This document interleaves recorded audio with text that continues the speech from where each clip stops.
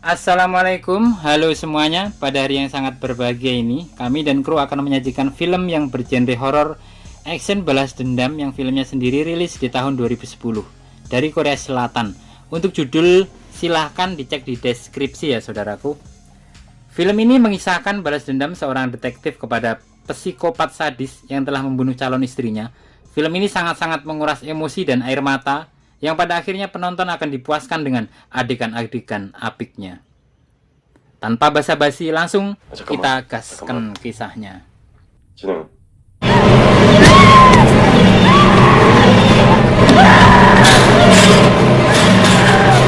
Kisah diawali pada suatu malam bersalju. Seorang wanita cantik mengendarai mobil sendirian. Wanita ini bernama Jo Hyun yang hendak pergi ke panti asuhan, yang mana dia ini adalah tunangan dari seorang detektif yang bernama So Yun.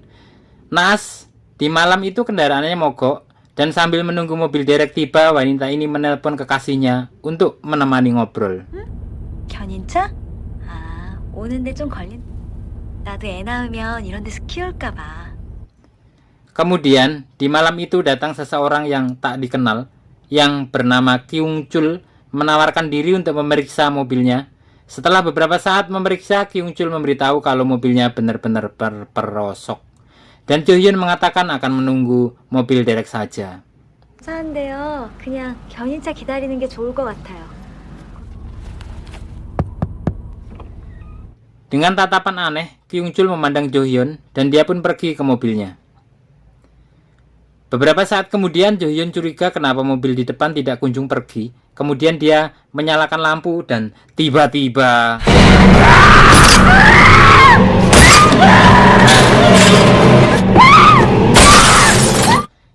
Kyung Chul muncul di sisi kanan mobil dengan palu di tangannya memecah dan menghancurkan kaca. Dengan sadisnya Kyung Chul menghantam Jo Hyun dengan palu dan menyeretnya, kemudian dibawa ke markasnya.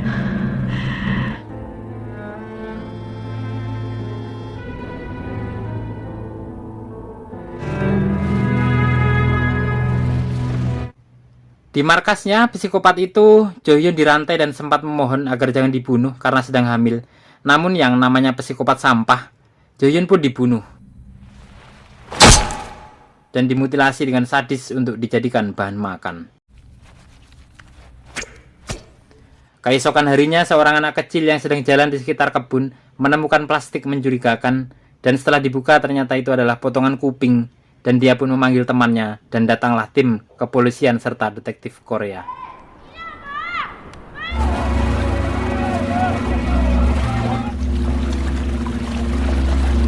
Mereka menyisir sekitar area teman itu. Di sini nampak ayah dari Jo Hyun, yang seorang kepala detektif dan calon suaminya juga datang.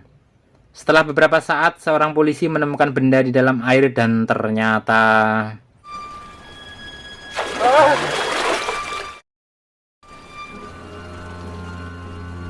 itu adalah potongan kepala Jo Hyun. Keriuhan wartawan pun terjadi, dan di sini calon suami Jo Hyun dengan perasaan duka, kecamuk jiwa, dendam hanya bisa terdiam membisu menahan tangis.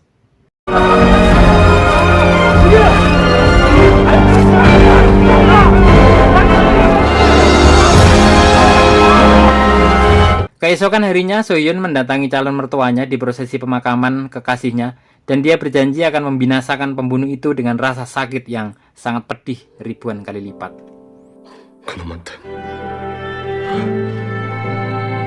Kemudian So Hyun mendatangi komandannya untuk izin cuti selama 2 minggu untuk beristirahat. Kemudian So Hyun menyiapkan peralatan-peralatan untuk balas dendam, yang mana cutinya dia itu sebenarnya hanya alasan supaya bisa leluasa membalas dendamnya. Dengan gesit satset, So Hyun mendatangi calon mertuanya dan mengambil data terduga pembunuhan itu. Ada 4 orang yang diduga oleh So Hyun. Kemudian So Hyun mulai mengintai satu persatu. Pada terduga pertama, dia datangi sedang menonton film mantap-mantap. Dengan semangat dendam membara, disikatnya, namun ternyata bukan dia orangnya. Sebelum Jo Hyun pergi, orang itu dikasih cindera mata berupa hantaman kunci pipa ke kemaluannya dan berakhir bonyok di rumah sakit.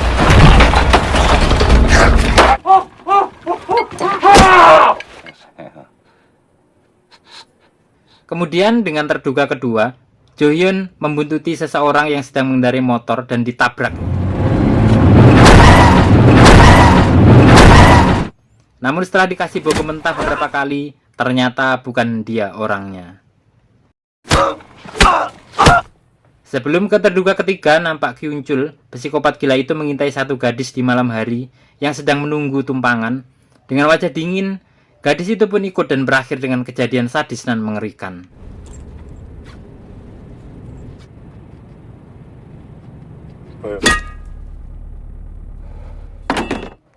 Berlanjut ke terduga ketiga, Jo-hyun dengan berpura-pura sebagai agen asuransi mendatangi rumah orang tua Kyun-chul untuk mendapatkan alamat. Setelah ngobrol sejenak, akhirnya So-hyun menemukan lokasinya. 워낙 동명이인들이 많아가지고 규정대로 몇 가지만 더 여쭙고 가겠습니다. Kemudian Jo-hyun mendatangi sebuah rumah yang besar dan terlihat kumuh setelah beberapa saat pencarian namun tak ditemukan, dan tiba-tiba Jo-hyun mendapatkan firasat ke sebuah ruangan dan di situ ditemukan cincin pernikahannya terselip di parit kecil. Di sini Jo-hyun sedih bukan kepalang dan menyiapkan rencana pada tersangka utama.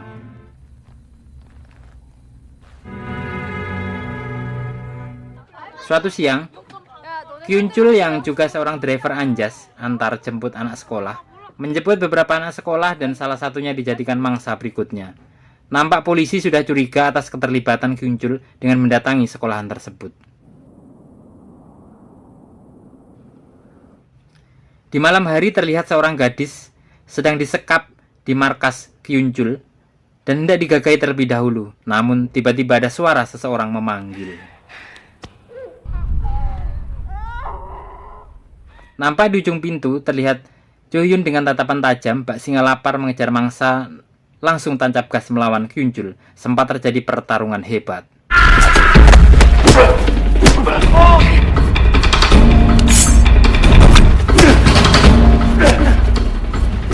Di akhir pertarungan, Jo-hyun yang akan membunuh dengan batu tidak jadi dilakukan karena dia ingin psikopat ini menderita sebelum dihabisinya. Dia cekokin Kyun-chul dengan pil GPS yang ada mic-nya dan dikasih uang jajan, kemudian diakhiri dengan... Setelah terbangun, Kyun-chul sempat heran. Kemudian dia pergi mencari tumpangan, nampak dalam taksi itu adalah psikopat juga, dan akhirnya sesama psikopat saling menghajar.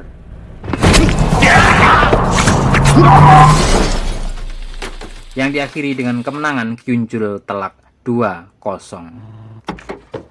Kemudian Kyun-chul pergi ke suatu apotek untuk mencari obat. Di sini Kyun-chul berulah kembali. Namun dia tidak sadar kalau posisinya dipantau So-hyun. Dengan cepat, So-hyun mendatangi dan menghajar habis-habisan.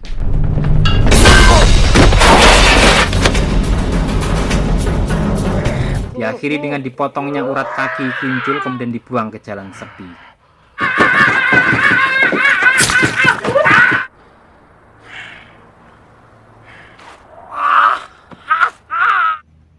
Kemudian Kyun-chul pergi dengan mobil dan diikuti oleh Jo-hyun. Di sini Kyun-chul memaki-maki dengan kesal. Kemudian dia berhenti untuk melanjutkan perjalanan dengan mencari tumpangan, namun naas. Mobil yang berhenti adalah satu truk tentara dan Kyun-chul hanya terdiam. Mungkin dalam hatinya mencari mati nih kalau mau naik.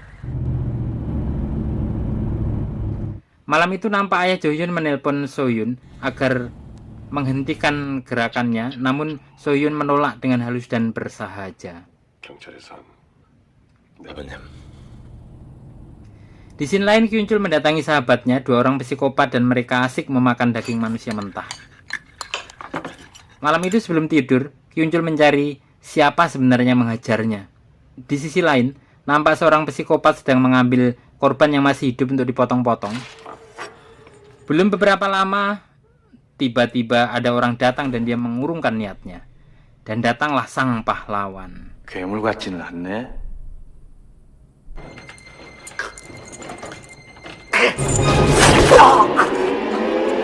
Psikopat itu pun dilumpuhkan dan tak berselang lama nampak Kyun-chul mengarahkan tembakan ke So-hyun, namun meleset.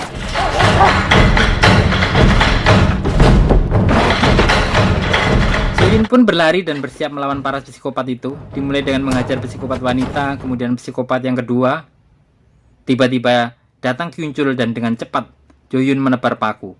Di akhir scene ini, So-hyun kembali menghajar habis Kyun-chul.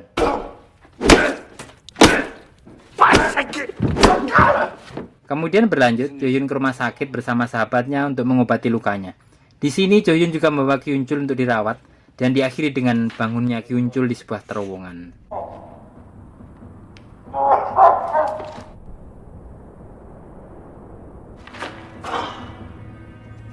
Nampak di sini Kyun-chul menyadari bahwa dia diberikan kapsul GPS dan perekam. Kemudian Kyun-chul masuk ke sebuah apotek dan memakan obat pembersih perut untuk mengeluarkan alat penyadapnya itu. Dengan cepat, Jo-hyun mengajar namun nihil dan ditemukan kapsul itu di mulut petugas kebersihan yang telah tewas.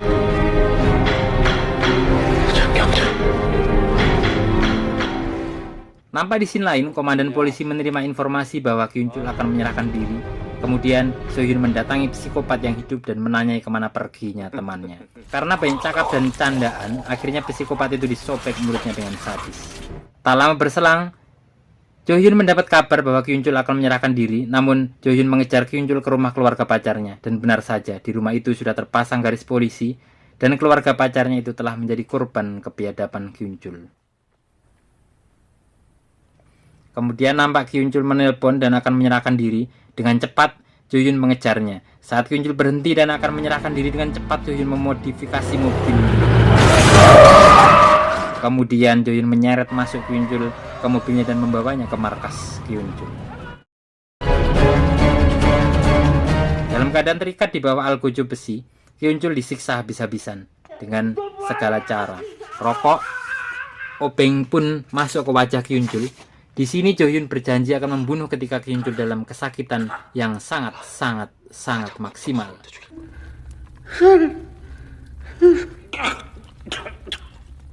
Terlihat Kyun-chul memohon dan mulai menangis pada So-hyun. Namun dasar psikopat, rasa sakit adalah kesenangan yang membahagiakan. Dia tetap bertingkah di hadapan So-hyun.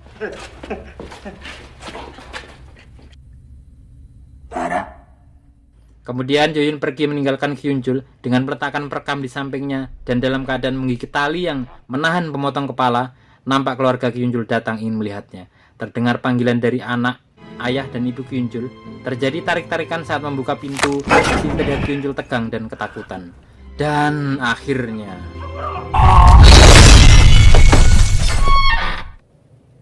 balas dendam yang sempurna.